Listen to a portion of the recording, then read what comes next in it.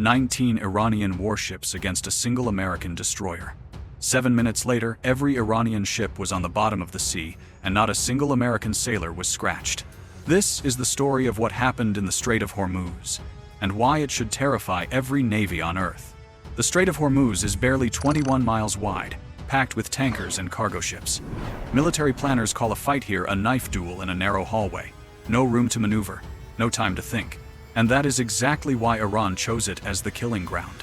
On one side, the USS Bulkley, an Arleigh Burke-class destroyer running the Aegis Baseline 9 combat system, loaded with SM-6 and ESSM interceptors, Tomahawk cruise missiles, Phalanx close-in guns, and 5-inch cannons. One ship, built like a fortress. But here is what nobody is talking about. How did a single ship shoot down 16 cruise missiles at point-blank range without taking a scratch? How did 4 suicide boats with explosives strapped to their hulls fail to land even one hit? And what did the Americans launch 20 minutes later that wiped Iran's entire swarm capability off the map? Stay with me until the end, because what you are about to see will change the way you look at modern naval warfare forever. Before we dive in, hit that subscribe button, drop a like, and tell me in the comments which navy you think rules the seas right now. Let's get into it. The surveillance net. Who saw whom first? Here is where the Iranian commanders made their first and most dangerous assumption. They believed they still had surprise on their side. They believed the haze, the heavy maritime traffic, and the radar clutter of the strait would mask their movement until it was too late. They were wrong, and they had been wrong for hours.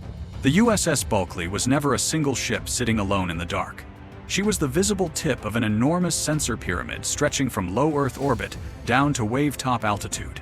High above, the space-based infrared system, known as SBIRS, was watching for the heat bloom of any missile launch across the entire region. At medium altitude, an RQ-4 Global Hawk drone had been tracing the movements of the Iranian flotilla for the previous 9 hours, mapping every hull, every heading, every speed change. Closer in, an E-2D Hawkeye early warning aircraft was painting the air picture, and an MH-60R helicopter was operating off the destroyer itself, sweeping the surface lanes. When the Iranian boats began their final approach, the American commander already knew their numbers, their formation, and their probable launch windows. He did not need to react. He had time to choose. General Quarters was called. Weapons free was granted. The destroyer's crew was at battle stations, and the Aegis system was tracking every threat before the first Iranian missile ever left its rail. And here is the strategic lesson buried in that moment. In modern naval combat, the side that sees first usually shoots first, and the side that shoots first usually goes home. Iran was about to learn that lesson at terrible cost. 7 minutes inside the storm. The first wave came in hot. 16 anti-ship cruise missiles streaked off the Iranian boats, dropping low to skim the wavetops, trying to slip beneath radar horizons. Against an older ship, this might have worked. Against the Bulkley, it triggered a choreography the Aegis Baseline 9 system had rehearsed thousands of times in simulation. The combat computer assigned SM-6 interceptors to the longer-range threats and ESSM missiles to the closer ones, firing in overlapping salvos to guarantee redundancy. 14 of the 16 incoming missiles disintegrated in midair, fireballs blossoming across the strait. 2 squeezed through the outer layer. They did not survive the inner layer.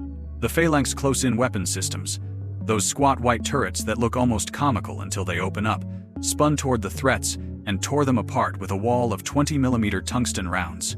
0 hits on the ship. The second wave was already inside small arms range when the first wave's last missile fell into the sea. The Bulkley's 5-inch deck gun opened fire, walking high explosive shells across the approaching speedboats. At the same moment, the MH-60R helicopter banked into firing position with Hellfire missiles, and a flight of F/A-18E Super Hornets, vectored from a carrier operating outside the strait, came screaming in with Maverick missiles. The 7 boats of the second wave were broken apart in less than 90 seconds. There was no coordinated attack anymore. There were only burning hulls and survivors in the water. That left the suicide boats. 4 hulls, packed with explosives, throttles wide open, drivers committed.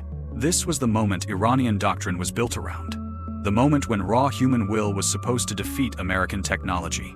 The 5-inch gun shifted targets. The Mark 38 chain guns on the rails opened up with 25mm cannon fire. 3 of the 4 suicide boats came apart at speed, their explosives detonating prematurely. The last one made it within roughly 240 meters of the Bulkley, before it, too, was hit, and went up in a column of fire and water. The pressure wave rocked the destroyer. Nothing more. 7 minutes after the first missile was fired, all 19 Iranian vessels were destroyed, and the USS Bulkley had not taken a single casualty. The counterstrike that closed the door. This is the part where, in older eras, the story would end. The ship survives, the attackers are killed, the headlines write themselves.